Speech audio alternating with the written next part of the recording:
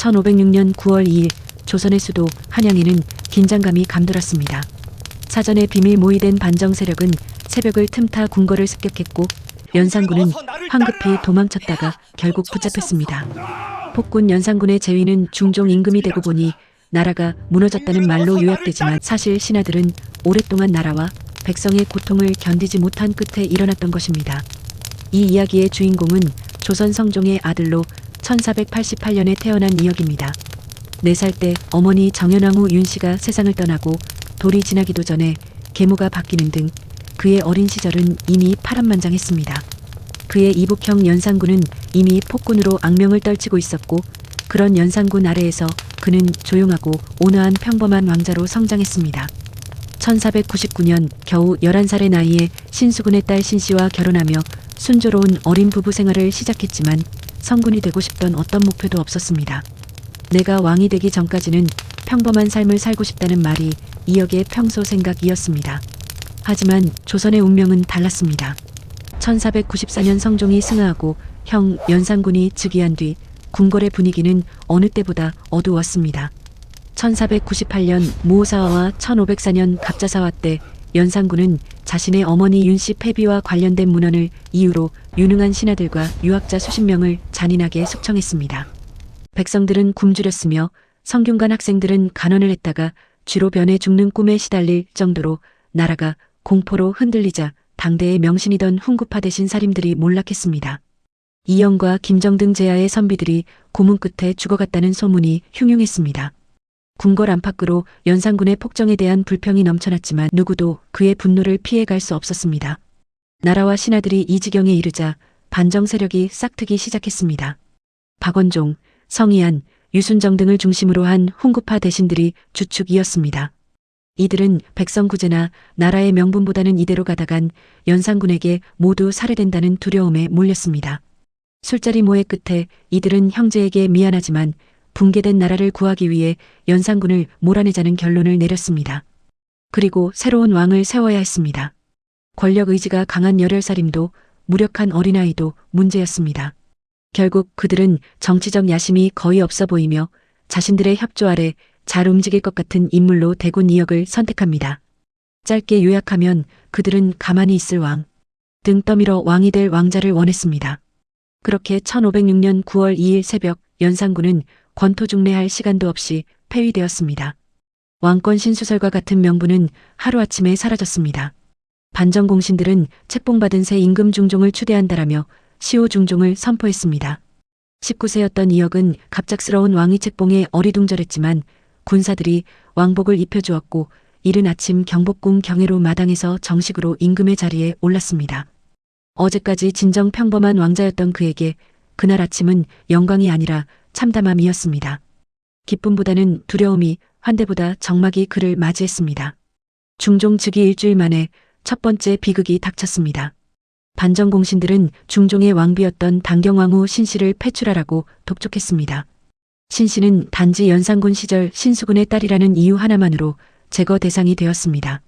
신수군은 무오사화와 갑자사화 때 연산군의 편에서 큰 역할을 한 인물이었기 때문인데 옛 정적의 가족이 궁에 머물러서는 안 된다는 것이 반정 공신들의 논리였습니다.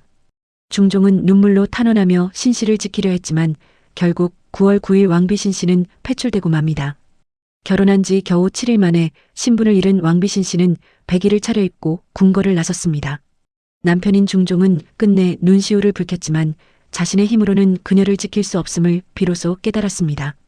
신씨는 폐위 후 친정으로 돌아가 홀로 지냈고 결국 재혼 없이 1528년 유명을 달리합니다. 그가 죽은 뒤에야 중종은 열심히 그녀를 기렸고 세월이 흐른 뒤 문정왕후의 조카인 영조때가 되어서야 당경왕후라는 시호를 더해주었습니다. 죽어서야 비로소 오랜 벗에게 예우를 드렸지만 중종은 살면서 당경왕후 신씨를 그리워했습니다. 당경왕후 폐출 열흘 만에 중종은 다시 결혼해야 했습니다. 선비 출신의 우아한 미모에 박학다식하다는 평을 듣던 윤여필의 딸 윤씨가 새 왕비로 책봉됩니다. 두 사람의 나이 차는 17살이나 났지만 중종은 향후 10년 동안 그녀의 사랑을 받으며 비교적 평온히 지내는 듯 했습니다. 1515년 장경왕후는 마침내 희망이던 왕자를 출산합니다. 정식세자로 책봉될 인종이었습니다. 하지만 기쁨은 오래가지 않았습니다. 산유결로 고생하던 장경왕후는 1515년 4월 겨우 25세의 나이로 요절하고 말았습니다. 중종은 가슴이 무너지는 슬픔에 빠졌지만 또다시 뾰족한 의지 능력이 없었습니다. 그는 슬픔에 빠진 대신들과 백성들을 위로하면서도 스스로 위안을 찾지 못했습니다. 인종이 겨우 2살이 되던 무렵 중종은 세 번째로 혼인합니다. 이번에는 중종의 동복동생 윤지임의 딸 12세의 어린 소녀가 새 왕비로 들어왔습니다. 그녀도 윤씨였고 직계로 보면 인종과는 외사촌 동생 관계였던 셈입니다. 어린 나이에 궁궐에 들어온 문정왕후는 초기에는 수동적이고 말이 없었지만 성장하면서 왕권을 차지하려는 야심을 드러내기 시작했습니다. 1534년 문정왕후는 아들 경원대군을 낳았는데 이 아이가 훗날 명종입니다. 경원대군의 출생이 발표되던 날 문정왕후는 인종과 그의 세력인 훈구파를 위협할 야심을 드러냈습니다. 인종과 경원대군의 세력은 양대 권력 다툼으로 확산되었고 중종은 이 과열된 경쟁 속에 끼어들지 못한 채 괴로워했습니다. 중종 즉위 초기 그는 자신의 주변을 더는 무능한 대신들로 둘 수 없다고 생각했습니다. 1515년경 비범한 개혁 유학자 조광조가 등장하고 그를 통해 새로운 정치를 일으키겠다는 꿈을 꾸기 시작합니다. 중종은 조광조를 등용해 국가제도를 개혁하려 했습니다. 과감한 조치들이었습니다. 우선 반정공신 중 공이 없었던 이를 위훈삭제로 훈공에서 제외했고 기존의 도교, 의례기관을 없애며 유교적 정치 강화를 꾀했습니다. 시험 없이 인재를 청거하는 현량가를 신설하고 규장각 선정을 늘려 부패한 관료를 대거 몰아냈습니다. 조광조는 소박하며 철저한 청렴 수양을 강조했고 작지만 뜻깊은 개혁이 단기간에 이뤄졌습니다. 하지만 훈구파 대신들은 이때를 승기의 기회로 삼아 조광조를 모략합니다. 1519년 황사영 모함 사건, 이른바 계유정난이 벌어집니다. 궁벽한 나뭇잎에 벌레가 먹은 듯 글자를 새겨넣고 그것을 빙자에 조광조가 역모를 꾸몄다는 거짓 소문을 퍼뜨린 것입니다. 중종은 본래 그것이 조작임을 알았습니다. 하지만 이미 훈구파의 권력이 거세졌고 자신이 반정을 도와준 공신들에 대한 두려움도 컸습니다. 결국 중종은 조광조를 포함한 개혁파들을 배신합니다. 1519년 12월 조광조와 이석형 등이 사약을 받고 죽임당하기까지 중종은 울부짖으며 말렸지만 손도 댈 수 없었습니다. 조광조의 개혁은 그렇게 산산이 부서졌습니다. 조광조가 사라진 뒤 중종은 큰 부끄러움과 슬픔에 빠졌습니다. 내 손으로 받은 참회의 약속을 지키지 못했다고 탄식하며 그는 영거푸 자책했습니다. 사화와 개혁의 실패를 지켜본 백성들은 충격에 빠졌고 왕실 안팎에는 임금이 왕의 권위를 잃었다는 말이 돈 것도 이때였습니다. 그러나 중종은 이미 마음속에 희망의 불씨를 꺼트린 후였고 겉으로는 궁색한 웃음만 지었습니다. 그 뒤 중종은 한층 조용해졌습니다. 훈구파들은 다시 전례대로 권력을 행사했고 문정왕후의 가족은 군자와 권신 자리를 차지하며 힘을 키웠습니다.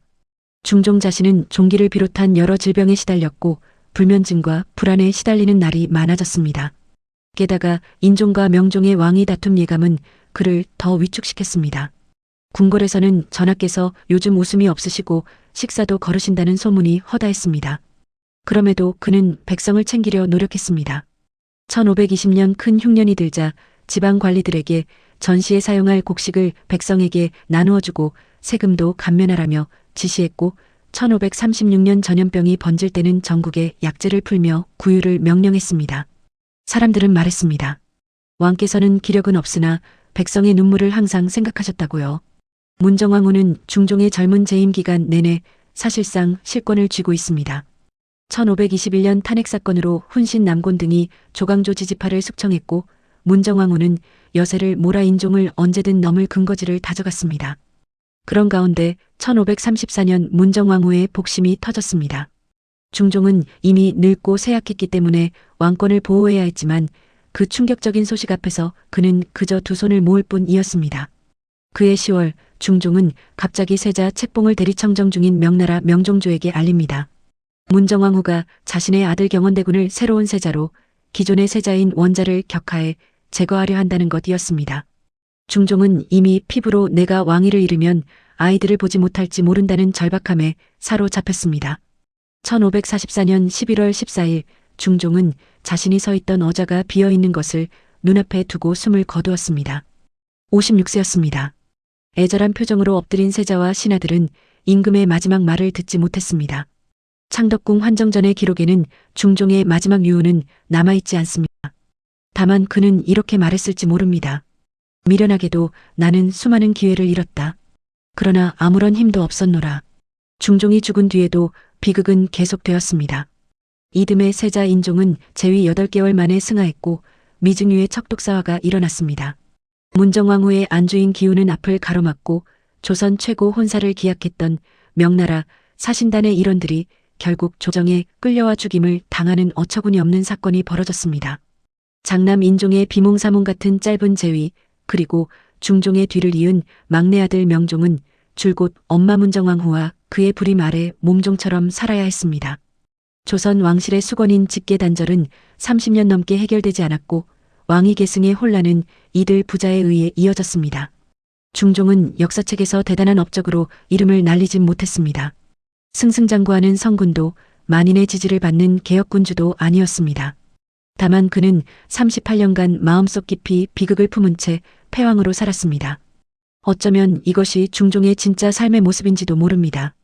고통스러운 결정을 내릴 때마다 잠 못 이루고 자신이 사랑한 사람들을 지키지 못했다는 죄책감에 시달리고 자신의 권력으로는 아무것도 할 수 없음을 뼈저리게 깨달았던 한 조선의 아비이자 남자. 분명 그는 무능한 것이 아니라 무력했던 것입니다. 오늘날 우리에게 중종의 이야기는 어떤 교훈이 될까요? 권력은 때로 너무도 잔인합니다. 명분을 내세운 혁명도 결국은 강자의 계획이었으며 정치는 감정이 아니라 각자의 이해관계가 엉켜있는 씁쓸한 판이었습니다.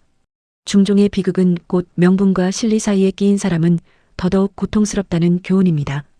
그는 왕이었지만 정작 왕처럼 행동할 방법도 없었고 사랑하는 사람들은 눈앞에서 떠나갔습니다. 그래서일까요?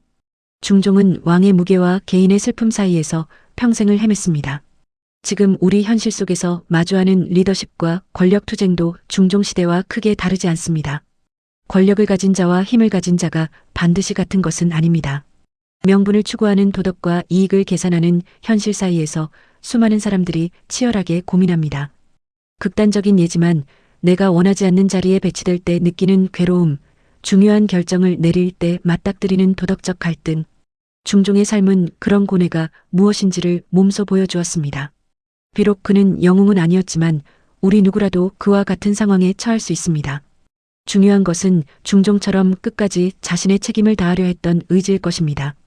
역사는 거대한 영웅단만으로 이루어지지 않습니다. 중종의 시대 역시 수많은 고단한 백성과 이름 없는 선비들이 함께 만들었습니다. 그러나 우리가 그 속에서 한 사람의 이야기를 따르면 당시의 시대 정신과 감정을 더 생생히 느낄 수 있습니다. 중종의 무덤 정릉은 지금 서울 강남의 빌딩 숲 가운데 고요히 남아 있습니다. 정릉에는 중종과 함께 장경왕후 윤씨, 문정왕후 윤씨, 그리고 그들의 자녀 일부가 같이 묻혀 있습니다. 평생 함께할 수 없었던 단경왕후 신씨만 홀로 양주 올릉에 외롭게 잠들어 있습니다.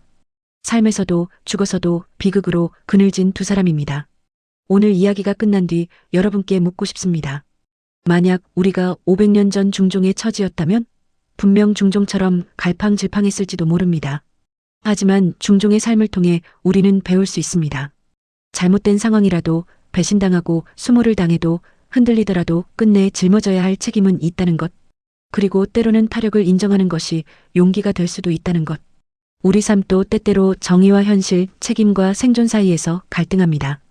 그럴 때 중종의 이야기를 떠올려 보세요. 그가 계속해서 자신의 자리를 지킬 수 있었던 것은 어쩌면 포기하지 않는 의지였으니까요. 지금까지 조선 중종대왕의 삶과 가족사를 이야기했습니다. 다음 시간에는 중종의 두 아들, 인종과 명종에 대해 자세히 알려드리겠습니다. 짧은 재위 끝에 눈을 감은 비운의 왕 인종과 외척과 세도 정치의 희생양이 된 명종, 그리고 그들이 겪은 을차사화와 진해척 시대, 계속되는 파란만장한 조선 중기 역사 속으로 탐험을 떠나보아요. 끝까지 시청해주셔서 감사합니다. 이 영상을 통해 조선 역사의 이면을 이해하는데 조금이라도 도움이 되셨기를 바랍니다. 아래 구독과 좋아요를 눌러주시면 앞으로 더 깊고 흥미로운 역사 이야기를 들려드리겠습니다. 궁금한 점이나 요청하실 내용은 댓글로 남겨주세요. 건강하시고 행복한 시간 보내세요.